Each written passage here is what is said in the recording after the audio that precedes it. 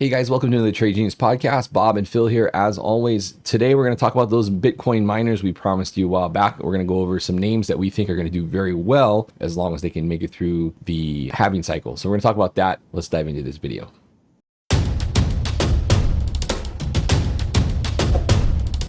Trade Genius. Hey guys, I'm gonna tell you something that we do that really will change the way in which you look at trading and also absolutely help you increase your profitability and how much money you make. It's the Trade Genius newsletter. We put the newsletter out Sunday night through Thursday night, and this really looks at the plumbing of the markets and helps prepare you for the next trading day and help you make money. And we give you a lot of information. We give you market statistics, we give you market levels, we give you the seasonality, what's happening with different sectors of the market, and we will help you identify whether the market's in a bear mode or a bull mode, or whether it's euphoric, whether it's despondent, and it just puts you in a position to be on the right side of the trade. So take advantage of our offer that we have below, and you'll love it. I mean, one trade that you make with this thing can pay for definitely a month, maybe even a year's worth of service. It's that powerful. Use promo code podcast for 15% off the retail price of newsletter. Thanks for listening. All right, Bob, these guys have been waiting around a while for this, but we're going to get into these basically three names that you and I think are probably fit to survive and thrive into the next cycle. Yeah, and you guys know, we wanted to do this a month ago. We would have looked a lot smarter if we actually got around to doing this stupid video a month ago, because Mara has just absolutely exploded. Same with the other ones, TeraWulf and Riot, and but this first push, Phil. I think we'll pull back because it's kind of Bitcoin and Mara really they really track each other very closely. And I think you have a chart that shows that. But since really the beginning of June until at this point, is that Mara has kind of left the station, because people are starting to sense that leverage that you have between Mara and Bitcoin. Hey, Phil, why don't you show them the chart with Bitcoin and Mara over a longer period of time? Because I think Mara short term is kind of pulled away from Bitcoin. And I'm just cautioning people looking at the options data. There's the call walls are actually now behind the current price for the next two expirations, and so price might be getting a little ahead of itself. Yeah, so this chart up here is just the price of Mara over since the last couple of market peaks, and you guys can see how well it tracks the price of Bitcoin as far as like movements up and down with it. It's just that it's doing it at a more leveraged pace. Now that works both ways. So if it's going to go up 3x, it'll come down 3x. So you kind of want to time it with the upswings against Bitcoin. So a cool way you can do that, and we'll look at some other ones too, but so you can take this chart, which is basically Mara with a Bitcoin overlay, that's that orange line. But the cool thing you can do is you can type in Mara, and then you can type in /BTC/USD.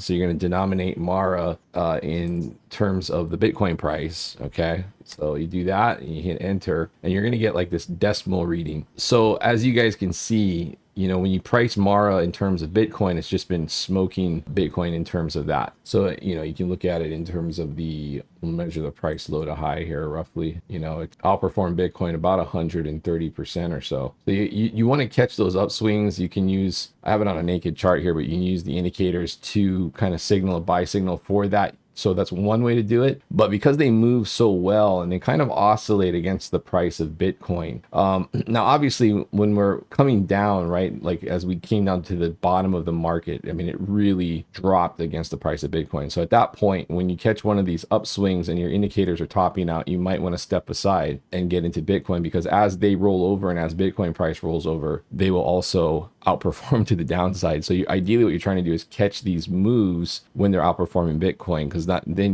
Bitcoin is alpha. If you can ever outperform Bitcoin on a chart, because over time Bitcoin outperforms everything. So if you got these windows where you can find where it's outperforming the price of Bitcoin in percentage terms, that's what you want. So that's a trick to do. And then we had some other ones. I think you want to look at Riot too, Bob? Yeah, Riot and Big Bag Wolf. Yeah, so if we look at just Riot, right, so you can also see just relative to the price of Bitcoin, same deal. I think Mara tracks the price of Bitcoin the best. Riot, similar but not as closely. And then we can also do the same thing. We can go Riot /BTC/USD, and again you can see where I think Mara is a little better in the way that it oscillates against the price of BTC, but still, since the beginning of the year, if we look at the price of even Riot, you can see that all these names, these miner names, have been outperforming the Bitcoin performance here.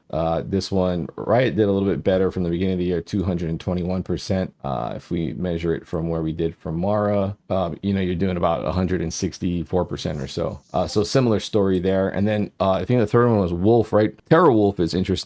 I think it's a good play because they're aligning themselves with nuclear power. And when it comes to Bitcoin miners, a couple things that you have to get right is your management of your hardware, upgrade cycles before halving, because once halving comes, your income gets cut in half. You better have your hardware upgraded for the next cycle. That means that new generation is going to keep up with another, 3-4 years of performance against your competitors. And also, your operating costs, which I think the singularity here, Bob, is going to be nuclear power. And so Wolf actually is the only miner that is actually mining with nuclear power right now. Yeah, and I'm sure some of them are going to try to get to Iceland to do some hydro and stuff like that. But this, we've had a great trades with Wolf, and and our customers that followed our signals on that doubled. Some guys make 300%. So it's a great trade. Only thing I'm saying now is they're a little over their skis at the moment. So, anybody thinks this is the next AI, unless Bitcoin starts to move out of that 32,000 area, these guys will pull back. And just so you know, too, is that their value is holding the Bitcoin and then being able to grow it. So if they have to start selling the Bitcoin to pay their operating business, they're going to have less Bitcoin. They're going to borrow money, which a lot of them do, and then they wait for consolidation in the price of Bitcoin to then sell their coins to pay their bills, then they're going to have some interest expense. So these guys will tug a war with you. Okay. Obviously Bitcoin is like, it's like the Borg. It's just going to keep going. It has no liability or obligations, but Mara and Riot and Wolf do, because they got to pay bills. And so you're going to see these outperformances, and then you're going to see these things collapse against Bitcoin too, and then up again. So I like them because they move a lot and you can make a lot of money. They have high what's called IV volatility, where you can get paid, for the transactions of trading options without a whole lot of capital. But you have to get it right. And right now, Phil, if I could just throw this back to you on a Bitcoin standpoint, what's the likelihood in the next 2 to 3 weeks we're going to push Bitcoin over 32,000, or are we still expecting a pullback with the market towards the back half of the month here? Yeah, I think 31,250, right around that zone, is a really important area, because that is basically the your standard deviation off of the basically the moving VWAP, or the VWAP from 2022, so that creates a pretty formidable level in terms of resistance. That's what we've been banging our head on. We've gotten a little, on these daily candles, you'll get a push over it and then it pulls back, push over it, pulls back. In fact, today's close, close under last week's high, right? Which isn't the greatest close that you want. You want to see that close over that high. So what we're looking for is that if we do start to get some separation and we do push up towards 32K, that, inevitably you're going to get a bit of a pullback. You want to see that 31,250 level hold. Now, if we roll over tomorrow and it doesn't hold, that's something to note, because then we may travel back to the bottom of the range for Bitcoin, which is currently around about 30,000. So with that being said, if that range goes back down to 30,000, it's been tested a number of times. I get a little bit leery, especially if we get equities rolling over, if dollar bottoms, and if the yields are starting to climb up, the 10-year bonds start to sell off and the yields start to crank up, then I think we're going to see a bit of pressure on risk off assets. And, as far as our indicators go and cycles go, we're super topped out here, right? So even though we're showing you guys these plays right here with Wolf and Mara and Riot, we think they're great names, but I'm not so sure this is the exact spot unless Bitcoin can get that acceptance over that level. So I think 31,250 for these plays is really crucial going forward. I think we got, if that can hold, we can push up to 32. Depending what happens at 32, let's say we get back down to 31, that 31,250 area, and it holds and it bounces, then we could actually go up to the next area higher, which would be probing up into that 34 to 35 area. If this is like 2019, your 50% retrace is what we got in 2019, which made a lower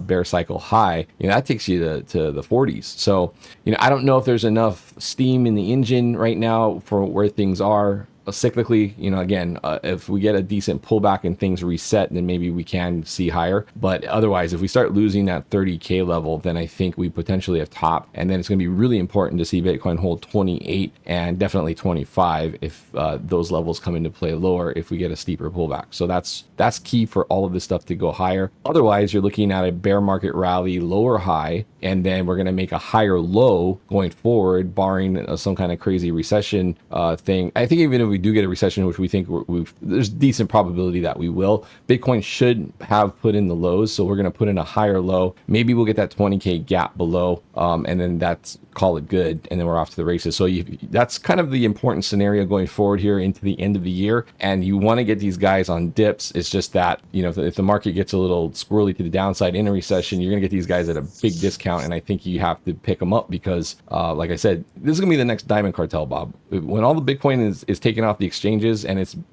at some point in time, that's going to happen because there's only so much, these are going to be the last resort for Bitcoin supply, and then they're going to set the price. So, in that scenario, these guys are going to be worth a lot more money than they are now. Yeah, and they're also going to get transaction revenue too. So it's going to be really interesting. Look, we've hit nirvana, right? The SEC, Gensler got smacked in the head today. Once again, the XRP, rulings. Number two, we got BTC ETFs coming out from everybody and their brother. We got a failing dollar right now, and we have zero TTE just pushing risk on. And yet, Bitcoin is kind of stuck. And I like Bitcoin because it has no master. So if it's not pushing through, like, the AI stocks are, that should give you some pause. And I think these miners are fully valued at the moment. But I totally agree with Phil. We get a pullback, Mara at this point, $12 to $15 area. You need to buy it. Or I was showing people in the room today, let it pull back a little bit. By the January 2024 calls at the money, and you're paying $5 or $6. Okay. Even if you thought 10 contracts and you rolled in the dice for a 5 or 10 bagger and 5K goes away from you, it's a good risk reward bet. So definitely